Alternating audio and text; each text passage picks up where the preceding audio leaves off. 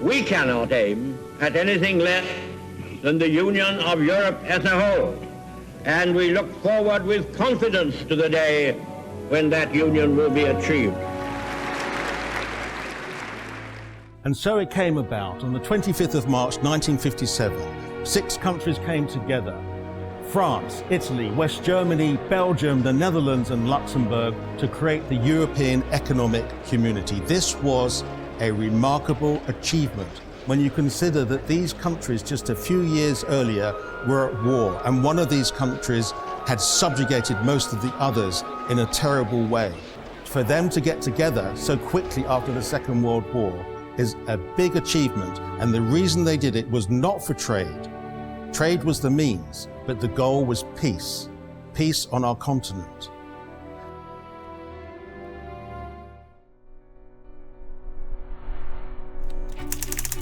After 1945, across a continent ravaged by war and famine, Europe's people looked for a way to rebuild for the future. Displaced persons returned home or made new homes, as Europeans have for many centuries. A handful of European leaders decided that the best way to prevent war was to share the things which nations had been fighting for, and to build closer bonds of friendship and trust. The first step was the European Coal and Steel Community. A few years later, the signature of the Treaty of Rome led to the creation of the European Economic Community and laid the foundations for today's European Union. The Treaty of Rome paved the way for a number of common policies. A common market was created, with the removal of borders and barriers for goods, people, capital and services. This allowed cross-border trade to flourish, making war between neighbours simply unthinkable, and generating prosperity and opportunities for millions of European citizens, which they had not known before. 70 years ago, Europe had just experienced on the battlefields of Verdun and the Somme the bloodiest fighting, the most tragic waste of a generation that the world has ever known. The Second World War was to bring further heartbreak and destruction. Our community was conceived and constructed to ensure that this experience would never be repeated, to bring about a lasting peace within Western Europe, to replace antagonism with friendship and cooperation, to deepen and broaden Europe's democratic tradition. And let us never forget that the aftermath of war produced 2 great ideas which have shaped our destiny ever since. One was the NATO alliance, the other, the European community. In a celebrated speech at Zurich in 1946, Winston Churchill described the tragedy of Europe. He compared the richness and vitality of European achievement in culture, arts, and science with the succession of self-destructive conflicts which has beset our continent. Instead of being a force for civilization and tolerance in the world, Europe and its rivalries have been too often the cause of war, and war on a world scale. Churchill drew a deceptively simple lesson. He sought to recreate the European family and provide it with a structure under which it can dwell in peace, in safety, and in freedom. As I look around me in this ever more important Parliament of Europe, I believe that members of the Parliament and all Europeans can be proud of what has been achieved. The European family contains diverse personalities. In this and in its need for tolerance and mutual support, it is like any family. The founders of the European community wanted to draw strength from that diversity. They sought to manage and channel differences, to bind nations and peoples together in a common endeavour as free partners. They fully recognized the scale of the task, but their aims were much more ambitious than just a materialistic vision. For example, they fashioned the first community, the European coal and steel community, because they saw the coal and steel industries as the essential motor of war and peace, of national destruction or common prosperity. In binding industry together, the founding fathers sought to reconcile the peoples of Europe, not just by sentiment, but through solid ties of mutual self-interest. A European war was to be made not just unlikely, but unthinkable.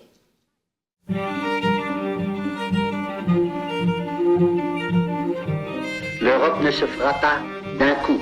Elle se fera par des réalisations concrètes, créant d'abord une solidarité de fait.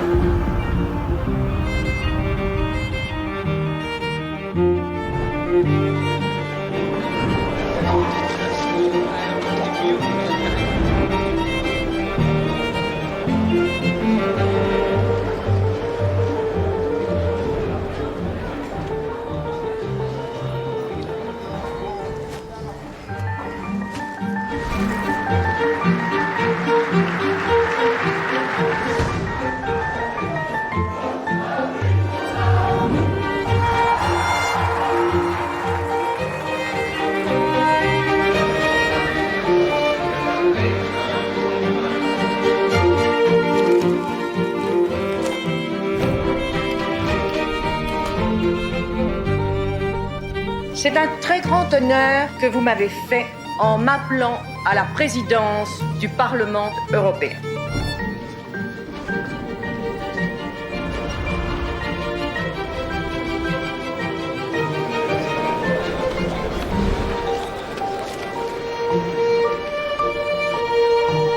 We thank you that by your ceaseless efforts and those of the millions of people you represent, you liberated from prison so many of us.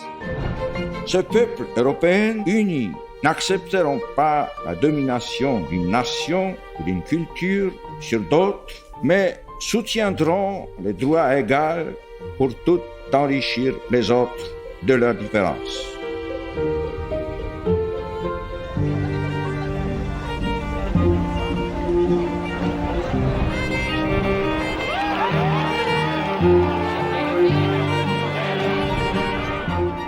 Der Aufbau des vereinten Europas ist vor allem anderen ein Werk des Friedens. Und dies müssen wir gemeinsam schaffen.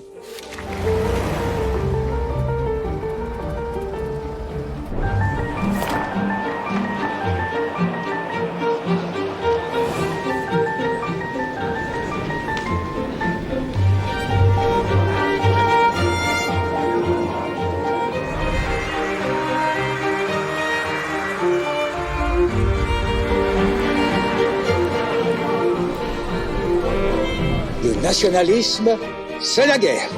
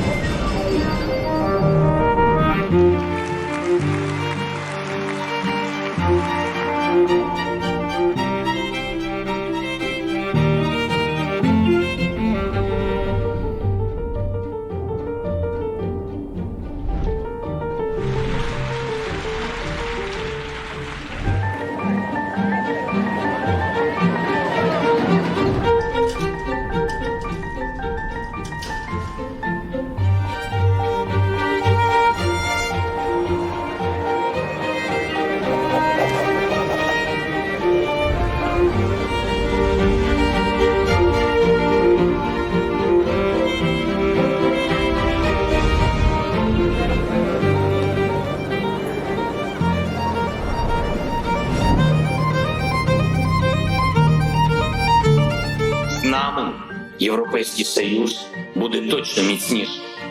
Без вас Україна буде самотня.